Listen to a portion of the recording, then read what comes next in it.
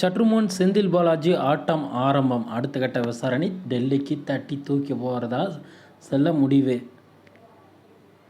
என்ன நடந்தது அப்படின்னா, செந்தில் பாலாஜிக்கு அறுவை சிகிச்சை எல்லாம் முடிஞ்சிடுச்சிங்க. அவருக்கு பார்த்திங்கன்னா மயக்கம் எல்லாம் தெளிஞ்சு கண் பார்வையெல்லாம் வந்துடுச்சுன்னு சொல்லியிருக்காங்க.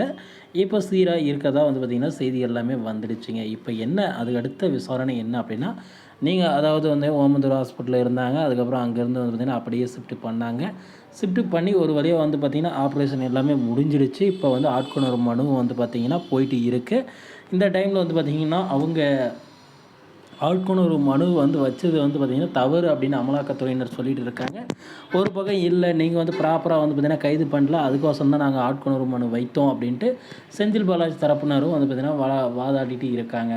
இந்த டைமில் தான் என்ன ஒரு பிரச்சனைகள் வந்திருக்கு அப்படின்னா, சரி ஆனது ஆச்சு, முடிந்து போச்சு. ஆட்கொணர்வு மனுவுக்கு நாங்கள் பார்த்திங்கன்னா கட்டுப்பாட்டுனோம். விசாரணைக்கான தேதி வந்துடுச்சு. எங்களுக்கு பார்த்திங்கன்னா 15 நாட்கள் தான் கேடு. அதுலேயும் நீதிமன்றம் 8 நாள் தான் கொடுத்தது. அதுக்கு நாங்கள் ஃபாலோ பண்ணி ஆகணும். இனி பார்த்திங்கன்னா நீங்கள் எதுவும் தேவையில்லை, நாங்கள் பார்த்திங்கன்னா அப்படியே டெல்லிக்கு எடுத்துகிட்டு போயிடுறோம், அங்கே போய் விசாரணைகள் எல்லாம் செஞ்சுக்கிறோம் அப்படின்ற மாதிரி பார்த்திங்கன்னா அமலாக்கத்துறையினர் ஒரு முடிவு செஞ்சுருக்கிறதா பார்த்திங்கன்னா செய்திகள் வந்திருக்காங்க. இதுக்கு பார்த்திங்கன்னா செந்தில் பாலாஜியோட வழக்கறிஞர்களும் செந்தில் பாலாஜி ஆதரவாளர்களும் எதிர்ப்பு தெரிவிக்கிறாங்க.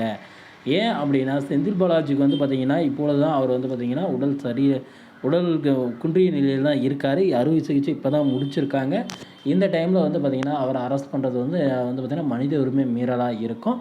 அவர் உடல்நிலை சரியான பிறகு வேணுன்னா பார்த்திங்கன்னா கைது பண்ணிக்குவாங்க. நீங்கள் அப்புறமா விசாரணை பார்த்திங்கன்னா பண்ணுங்கள் அப்படின்ற மாதிரி பார்த்திங்கன்னா அவங்களோட வழக்கறிஞர்கள் சொல்லியிருக்காங்க. இதுக்கு அமலாக்கத்துறையினரும் ஓகே சொன்னதாக பார்த்திங்கன்னா செய்தி வந்திருக்குங்க.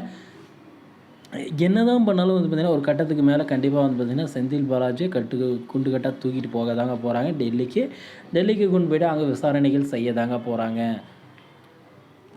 டெல்லியில் விசாரணைகள்லாம் முடிந்தது அப்படின்னா அன்றைக்கி தாங்க தெரியும் ரிசல்ட் எப்படி மாறுது, அமலாக்கத்துறையினர் எந்த மாதிரியான முடிவுகளை செந்தில் பாலாஜி மீது எடுத்திருக்காங்க அப்படின்னு முழு தகவலும் வந்துடுங்க. ஏன்னா செந்தில் பாலாஜிக்கு பார்த்திங்கன்னா விசாரணை கைதியாக தாங்க கூப்பிட்டு போனாங்க, ஹாஸ்பிட்டலுக்கு கொண்டு போகலிங்க. அவரை விசாரணைக்கு போகக்குள்ள தான் அவருக்கு நெஞ்சு வலி ரத்த குழாய்வுகள் அடைப்பு ஆகிறதுனால அவருக்கு ஆப்ரேஷன் பண்ணாத ஒழிய அவர் பார்த்திங்கன்னா மருத்துவமனைக்கு உடல்நிலை சரியில்லை அப்படின்லாம் கூப்பிட்டு போகல அமலாக்கத்துறையினர்.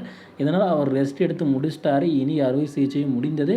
இவர் இயல்பு நிலைக்கு திரும்பி அவர் சுயநினைவு வந்த பிறகு பார்த்திங்கன்னா கைது செய்யலாம் அப்படின்ட்டு அமலாக்கத்துறைக்கு ஒரு உத்தரவுகள் வந்ததாக செய்திகள் வருதுங்க. அவங்க இங்கெல்லாம் விசாரணை பண்ணால் பார்த்திங்கன்னா திருப்பினா ஒரு உயர் நீதிமன்றத்தில் போய்ட்டு ஏதாவது ஒரு கேஸாக போடுவாங்க, பிரச்சனைகள் வரும் அப்படின்ட்டு குண்டுகட்ட அப்படியே டெல்லிக்கு எடுத்துகிட்டு போகிறதுக்கான செய்திகள் வந்துட்டு இருக்குங்க. இனி பார்த்திங்கன்னா செந்தில் பாலாஜியோட ஆட்டம் அடுத்த கட்ட விசாரணைக்கு போயிடுச்சுங்க. டெல்லிக்கு தூக்கி செல்ல முடிவுங்க. ஓகே ஃப்ரெண்ட்ஸ், வீடியோ உங்களுக்கு பிடிச்சிருந்தது அப்படின்னா நம்ம சேனலை சப்ஸ்கிரைப் பண்ணி வச்சுக்கோங்க ஃப்ரெண்ட்ஸ். தேங்க்யூ.